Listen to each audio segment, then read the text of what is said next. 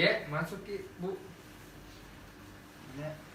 Ya, jadi selamat pagi Bu. Perkenalkan, di sini saya dengan Dokter Hekal yang bertugas pada poliklinik pada pagi hari ini, Bu.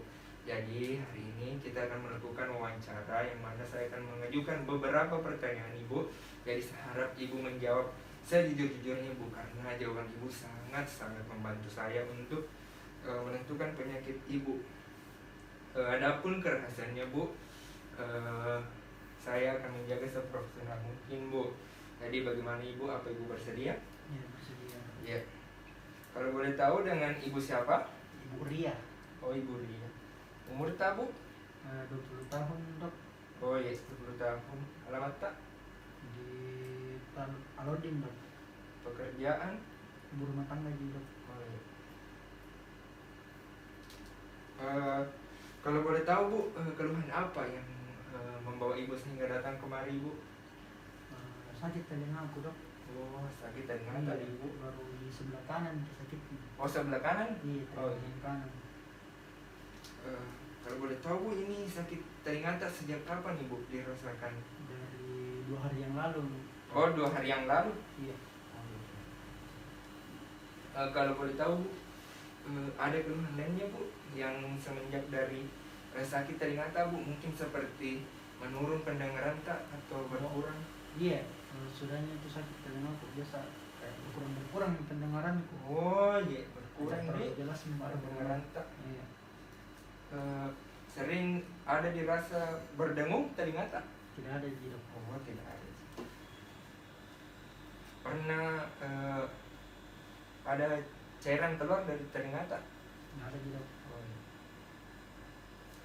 Bagaimana? Ada flu Ki mungkin, Bu, atau batuk? Enggak, Ji? Tidak di. Demam? Tidak di juga, Dok. Oh, enggak. Pernah Ki demam? Kalau demam pernah, Oh iya. tapi kadang-kadang dia. Oh, kadang-kadang. Ini selain demam tak mungkin ada gejala lain seperti mungkin pada saat demam Ki menggigil juga atau? Oh iya, Dok. Biasa Kak juga menggigil. Oh. Lebih sering menggigil Kak kalau demam. Menggigil juga Ki. Iya. Bagaimana BAB tak? Bercanda? Lancar kamu. Oh, lancar Ji, cinta juga. Iya, lancar. Pernah Ki sakit begini sebelumnya? Belum pernah, Dok. Keluarga tak ada mungkin gejalanya sama? Tidak. Ada. Mungkin ada kebiasaan tak baru-baru ini, Bu, sebelum telinga tak ini sakit dirasa? Sebelumnya sakit telinga. Aku tuh biasa Kak bersihkan telingaku pakai cotton bud. Oh, sering Ki begitu korek-korek? Iya, sering Kak korek-korek telinga pakai cotton bud. Oh iya. Pernah Ki berobat sebelumnya? Belum pernah, Dok. Oh, belum pernah. Jadi ada alergi obat tak? Ada, Dok. Tidak. Bagaimana lingkungan tak, Pak? Bersih? Iya, bersih. Oh, habis. Masih ada, Pak, yang mau ditambahkan atau ada yang kurang? Jarang, Dok. Oh iya.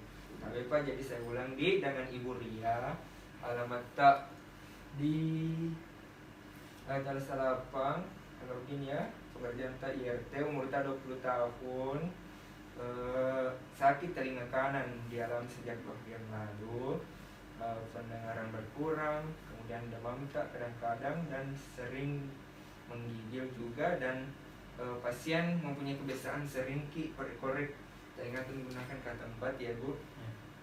Ya. Jadi berdasarkan anamnesis tadi saya mensuspek atau mencurigai bahwa ibu ini mengalami otitis eksternal, Bu. Adapun diagnosis banding saya sendiri adalah otitis media. Jadi mungkin sebentar Ibu saya akan melakukan pemeriksaan fisik. Beberapa pemeriksaan ini semua bertujuan untuk mengetahui bagaimana diagnosis pasti dari penyakit Ibu. Mungkin agak terasa kurang nyaman, tapi saya bisa yakinkan Ibu saya sudah profesional mungkin, Bu. Saya sudah biasa melakukan ini. Ibu tetap berhak menolak, tapi saya harap Ibu melakukan pemeriksaan ini, Bu. Jadi bagaimana, Bu? Apa Ibu bersedia? Bersedia, Dok. Sebelum saya periksa, tensi dulu, Ibu. Oh iya. Biar relax kita bisa.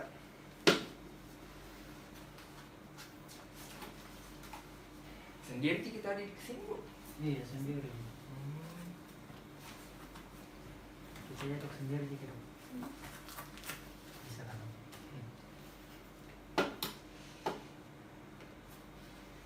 Ya, yang sini.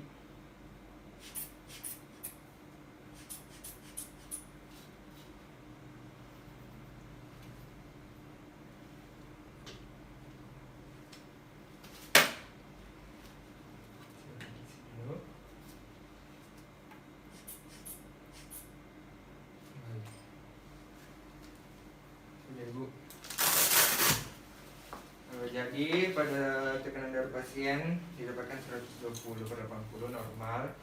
Coba gitu.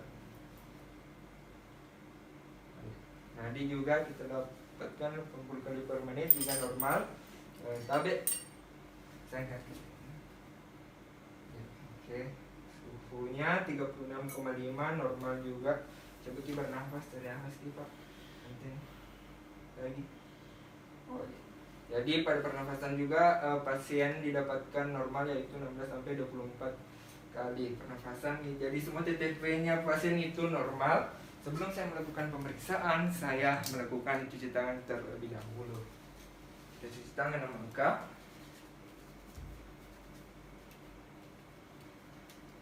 Kita keringkan.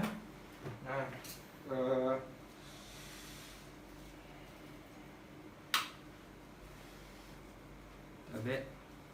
Pak, jadi yang pertama-tama itu kita memakai pertama-tama itu kita memakai lampu kepala.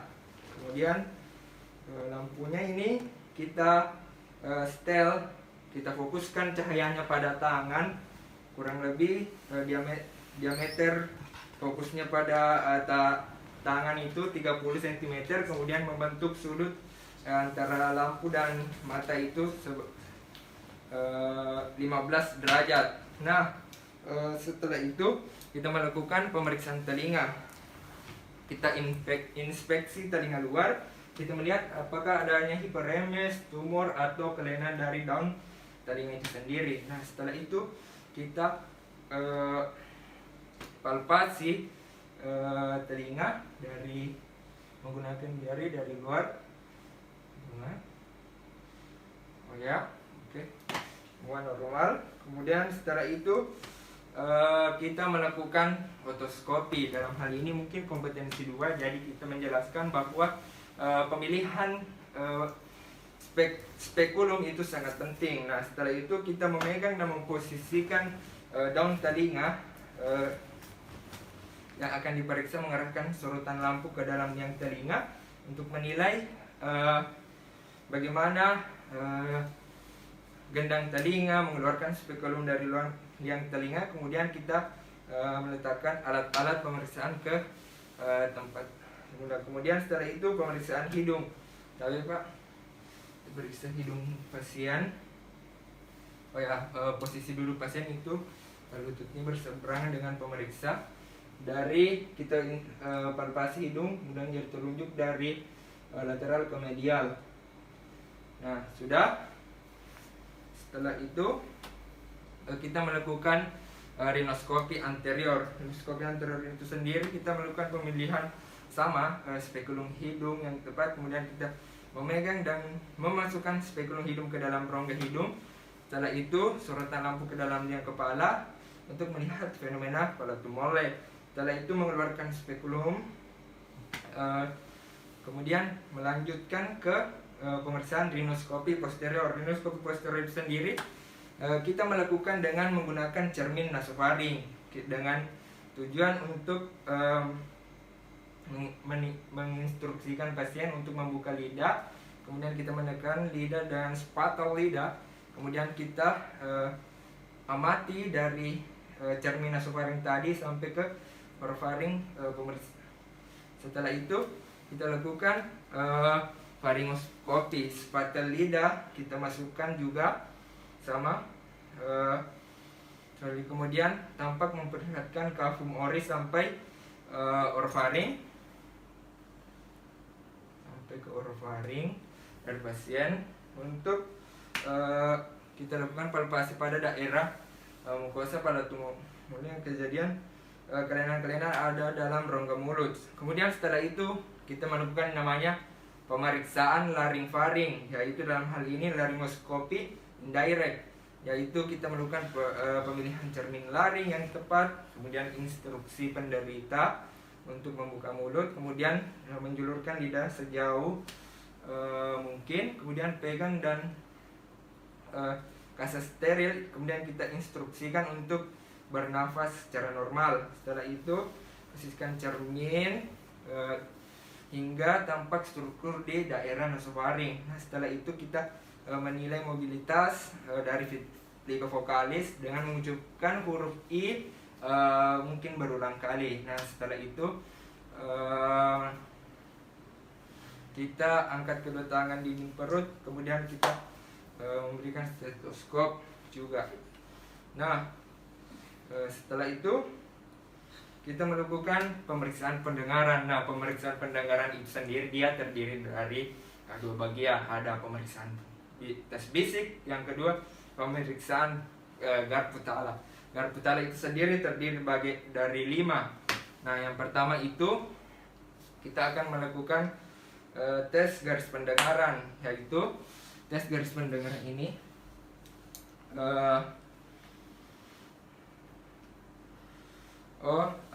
sebelum kita melakukan tes garis pendengaran, kita melakukan tes bisik terlebih dahulu. Tapi Pak, kita berada dari menghadap saya Pak, berada 6 meter. Nah, tapi Pak, jadi kita menginstruksikan pasien dengan mengikuti dari 2 silabel yang disebutkan oleh pemeriksa. Baca. Tapi Pak, apakah didengar? Oh iya, dengar. Nah, jadi pasien mendengar dalam jarak 6 meter, kemudian mungkin dalam hal ini 10 kali suku kata diulang, kemudian pasien berhasil mengulang 8 kali, itu menandakan normal. Adapun 5 meter itu dalam batas normal, 4 meter itu tuli ringan, 3 itu sedang, 2, 1 itu kurang lebih berat. Nah, setelah itu kita ke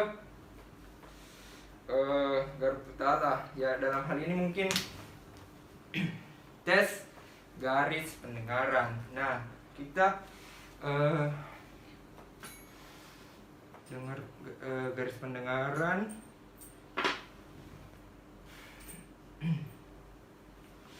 Yaitu ini kita bisa kita getarkan tes garis pendengaran di depan telinga. Bisa didengar Pak? Ya. Kemudian ya, semua garputala kita periksa kepada pasien dengan Pak. Dengar. Iya. Nah, semua garputala itu kita periksaan kepada pasien untuk menilai bagaimana batas pendengaran atas dan bawahnya. Nah, di sini didapatkan normal. Selanjutnya kita ke tes rina, yang mana ini untuk tujuannya itu hantaran tulang dan hantaran udara penderita. Kita bisa menggunakan garputala frekuensi 256 sampai atau 512 Hz. Nah, tes rina ini digunakan getaran dari planomastoid dari pasien. Dengar Pak, angkat tangan tak tutup. Ya, nah, coba di samping juga Pak. Ya, tangan tak. Oh, jadi di sini juga kita dapatkan bahwa pasien normal, atau bisa juga kita dapatkan interpretasi lain itu sensori neural. Nah, setelah itu kita melangkah ke tes Weber, yaitu hantaran tulang kanan dan kiri. Kita melakukan ini di pasien. gimana? Ya, jadi di sini didapatkan bahwa pasien mengalami lebih condong mendengarkan ke kanan, berarti itu interpretasinya itu sendiri normal. Kemudian selanjutnya kita ke tes swaba. Tes swaba itu sendiri bagaimana antara pendengar dari penderita dan pemeriksa. Pak angkat tangan tadi kalau nggak dengar nih. Ya. Ya, oke. Nah, kita coba lagi.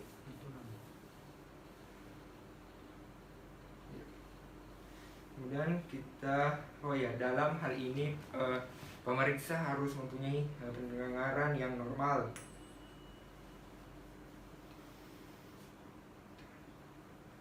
Oh ya.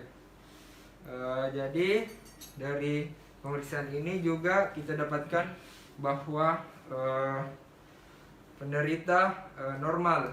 Kemudian selanjutnya kita ke tes Bing untuk memastikan adanya gangguan tuli konduktif. Sama dengan tadi kita bisa menggunakan garpu tala frekuensi 256 atau 512 dengan menggetarkan garpu tala, letakkan pada planomastoid. Nah, untuk menilai itu sendiri adanya gangguan tuli konduktif. Dalam hal ini mungkin normal. Nah, selanjutnya kita ke tes keseimbangan. Tes keseimbangan ini sendiri dia terdiri dari tes kalori sederhana yang mana bertujuan untuk bagaimana pasien kita instruksikan bahwa dalam 4 hari tidak boleh meminum obat-obatan. Kemudian kita sediakan es batu, spoid 50 cc, kemudian stopwatch, kemudian air masak, yang mana pasien kita instruksikan untuk baring. Setelah itu kita elevasi 30 derajat, kemudian yang tadi kita uji dengan berbagai suhu untuk mengetahui bagaimana menilai nistagmus itu sendiri. Nah, kemudian yang terakhir itu tes penghidung dan pengecapan.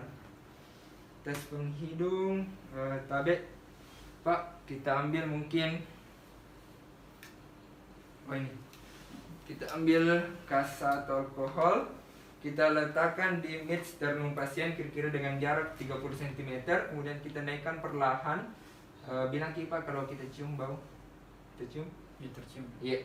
Pasien mencium bau bahwa di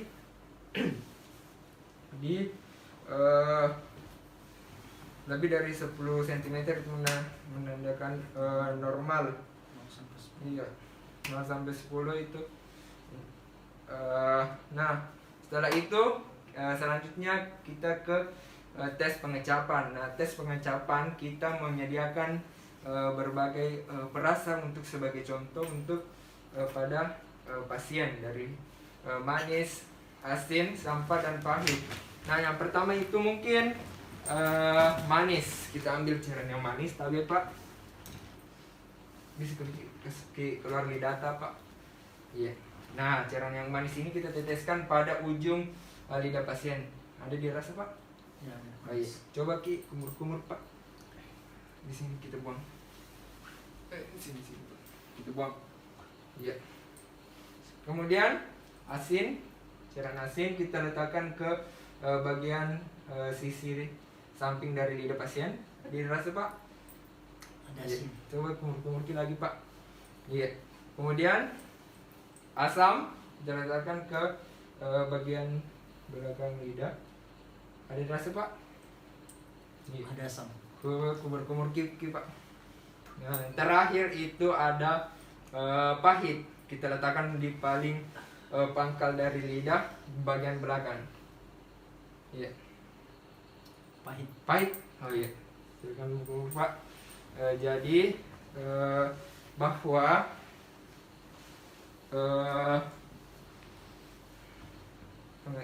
semua pemeriksaan sudah dilakukan. Mungkin di sini kembali Pak. ke tempat tak. Oh iya dok.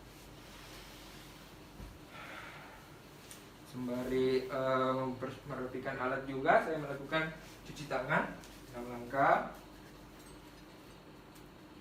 Kemudian kita keringkan.